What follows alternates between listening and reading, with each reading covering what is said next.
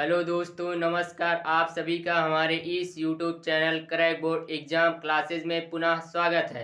आज हम इस वीडियो में आपको दर्पण से संबंधित कुछ परिभाषाएं बताने जा रहे हैं। इस वीडियो को आप लास्ट तक अवश्य देखें ताकि आपको यह अच्छे से समझ आ सके।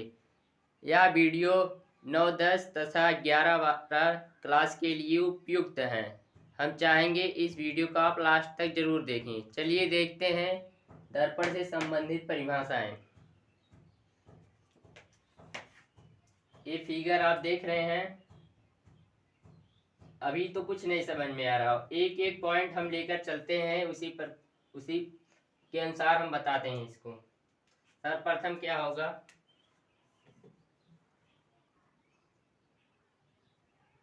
ध्रुव। क्या ध्रुव? ध्रुव किसे कहते हैं? देखिए इसमें मान लीजिए हमारे पास एक M1 तथा M2 क्या है? M1 तथा M2 एक उत्तल दर्पण या अवतल दर्पण, कोई भी दर्पण रह सकते हैं। यहाँ पे ये दर्पण का जो परावर्तक तल का मध्य बिंदु होता है, ये मध्य बिंदु एक मतलब कि आपके पास एक दर्पण हो गया, इसका मध्य बिंदु है। इसी P को हम ध्रुव कहेंगे। क्या कहेंगे? ध्रुव कहेंगे। अर्थात किसी भी परावर्तक तल के मध्य बिंदु को हम दर्पण का ध्रुव कहते हैं। समझ में आया? फिर से, किसी भी दर्पण के परावर्तक तल के मध्य बिंदु को हम दर्पण का ध्रुव कहते हैं। आगे देखते हैं दूसरा पॉइंट, वक्रता त्रिज्या। वक्रता त्रिज्या। वक्रता त्रिज्या क्या है? यहाँ पर देखिए, मान लीजिए आपके पास कांच का एक खोखला गोला है जिसे आप आधे भाग से काट देते हैं। जान लीजिए पूरा एक पूर्ण गोला है, वो भी कांच का है। इसके आधे भाग को जब हम काट देंगे तो इसका जो दर्पण का आधे भाग की त्रिज्या होगी वही आपकी क्या कहलाएगी? वक्रता त्रिज्या। इसे आर से प्रदर्शित करते हैं। किससे? कैपिटल आर से। वक्रता त्रिज्या को कैपिटल आर से प्रदर्शित करते हैं। यहाँ वक्रता त्रिज्या ले सकते हैं यहाँ से सी और पी बराबर क्या हो जाएगा? आर। सी और पी बराबर आर। वक्रता त्रिज्या इसकी यही हो जाएगी। अर्थात किसी भी कांच के खोखले गोले के केंद्र से तथा उसके ध्रुव के बीच की दूरी को हम क्या कहेंगे? वक्रता त्रिज्या कहेंगे। इसे आर से प्रदर्शित करते हैं। समझ में आया?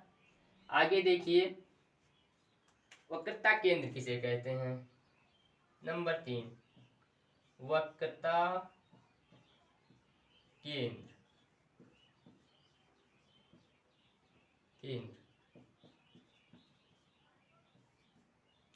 वक्रता केंद्र, यहाँ पे आप देख रहे हैं इस M1 तथा M2 एक दर्पण है।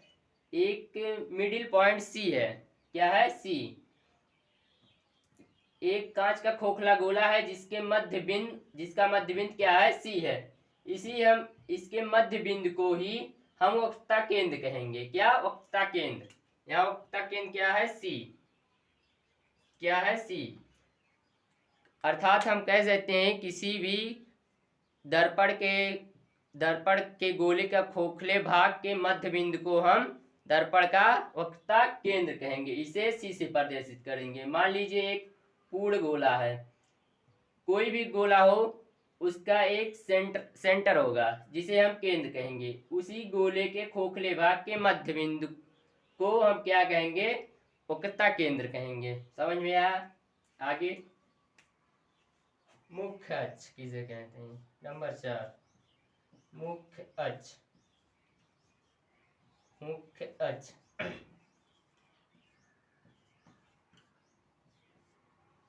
मुख्य अक्ष देखिए,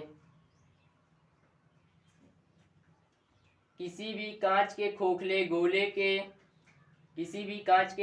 गोले वक्रता केंद्र के समांतर, वक्रता केंद्र जो है यहाँ C और परावर्तक तल के बीच की दूरी को क्या हम कहेंगे, मुख्य अक्ष कहेंगे। अर्थात यहाँ से यहाँ तक की दूरी को हम क्या कहेंगे, मुख्य अक्ष कहेंगे। समझ में आया? आगे नंबर 5, फोकस दूरी। मुख्य फोकस पहले देखेंगे। मुख्य फोकस, मुख्य फोकस देखिए क्या है। मुख्य अक्ष के समांतर चलने वाली प्रकाश की किरणें मुख्य अक्ष के समांतर, ये देखिए मुख्य अक्ष हो गया, इसके समांतर पैरेलल है, ये दोनों क्या है, समांतर है आपस में, ए और ए। किसी भी मुख्य अक्ष के समांतर चलने वाली किरणें किसी भी दर्पण से टकराकर जिस बिंदु पर काटती हैं या काटती हुई प्रतीत होती हैं, उस बिंदु को क्या हम कहते हैं, मुख्य फोकस कहते हैं। इसे हम एफ से प्रदर्शित करते हैं। फिर से देखिए, किसी भी दर्पण में मुख्य अक्ष के समांतर चलने वाली किरणें दर्पण से परावर्तन या अपवर्तन के पश्चात मुख्य के दर्पण की जिस बिंदु पर काटती हैं या काटती हुई प्रतीत होती हैं, उसे हम क्या कहते हैं, मुख्य फोकस कहते हैं। इसे एफ से प्रदर्शित करते हैं। किससे, एफ से। यहाँ जो एफ आपको दिख रहा है, यही इसका क्या हो जाएगा, मुख्य फोकस हो जाएगा। आगे देखिए नंबर से फोकस दूरी। फोकस दूरी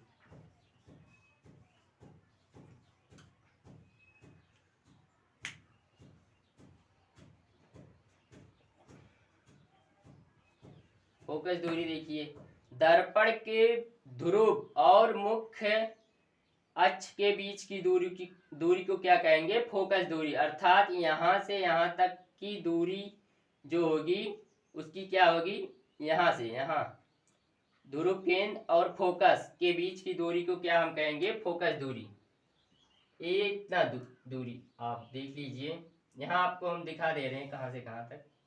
मान लीजिए इसका सेंटर है, यहाँ एक प्रकाश गई और यहाँ इसको काट रही है। जो यहाँ काटते हैं यहाँ से और इसके ध्रुव के बीच की दूरी की क्या कहेंगे, फोकस दूरी कहेंगे। इसका ये ध्रुव हो गया, ध्रुव और मुख्य फोकस। मुख्य फोकस क्या है, ए पॉइंट है एफ। इसकी बीच की दूरी की क्या कहेंगे हम, फोकस दूरी कहेंगे। यहाँ आप सभी को इसका लगभग सभी परिभाषाएं बता दी गई है। अगर आपको या समझ में ना आया हो तो हम इसको फिर से बता सकते हैं। आप कमेंट बॉक्स में अवश्य लिखें। समझ में आया पूरा? फिर से देखें, ध्रुव क्या होता है, परावर्तक तल के मध्य बिंदु को हम ध्रुव कहते हैं। वक्र त्रिज्या किसे कहते हैं, किसी भी दर्पण के गोले के खोखले भाग का कटा हुआ भाग, उसकी त्रिज्या को क्या हम कहेंगे, वक्रता त्रिज्या कहेंगे, जिसे आर से प्रदर्शित करते हैं। वक्रता केंद्र किसे कहेंगे, किसी भी खोखले गोले के दर्पण के मध्य बिंदु को क्या कहेंगे, वक्रता केंद्र, इसे सी से प्रदर्शित करते हैं। मुख्य अक्ष किसे कहेंगे, मुख्य अक्ष दर्पण के ध्रुव तथा केंद्र के बीच की दूरी को क्या कहेंगे, मुख्य अक्ष कहेंगे। मुख्य फोकस किसे कहते हैं, देखिए, मुख्य अक्ष के समांतर चलने वाली प्रकाश की किरणें, मुख्य अक्ष के समांतर चलने वाली प्रकाश की किरणें मुख्य अक्ष को जिस बिंदु पर काटती हैं, यहाँ देखिए काटती हैं या काटती हुई प्रतीत होती हैं। यहाँ पर दो कंडीशन बन सकता है। यहाँ हम M1 तथा M2 दर्पण लिए हैं, जिस बिंदु पर काटती हैं वह क्या कहलाएगा, मुख्य फोकस कहलाएगा। और फोकस दूरी देखिए, फोकस दूरी किसी भी दर्पण से मुख्य फोकस, यहाँ F जो है मुख्य फोकस है, तथा ध्रुव के बीच की दूरी को मुख्य फोकस दूरी कहते हैं। फोकस दूरी एफ से प्रदर्शित करते हैं इसे। समझ में आया? मिलते हैं हम अगले वीडियो में। यहाँ तक आप सभी लोग पढ़िएगा ध्यान से, तथा अगर न समझ में आया हो तो कमेंट करिए। हम चाहेंगे कि आपको यह वीडियो अवश्य समझ में आया होगा। अब मिलते हैं अगले वीडियो में, तब तक के लिए आप सभी को हम चाहेंगे कि आप इस channel crack board exam classes को अधिक से अधिक सब्सक्राइब करें, लाइक करें तथा शेयर करें। हम चाहेंगे कि आप जल्द से जल्द ही हमारे इस चैनल को बढ़ाएं ताकि हम आपके लिए अच्छी से अच्छी क्लासें दे सकें तथा ऑनलाइन क्लास भी शुरू कर सकें। धन्यवाद दोस्तों।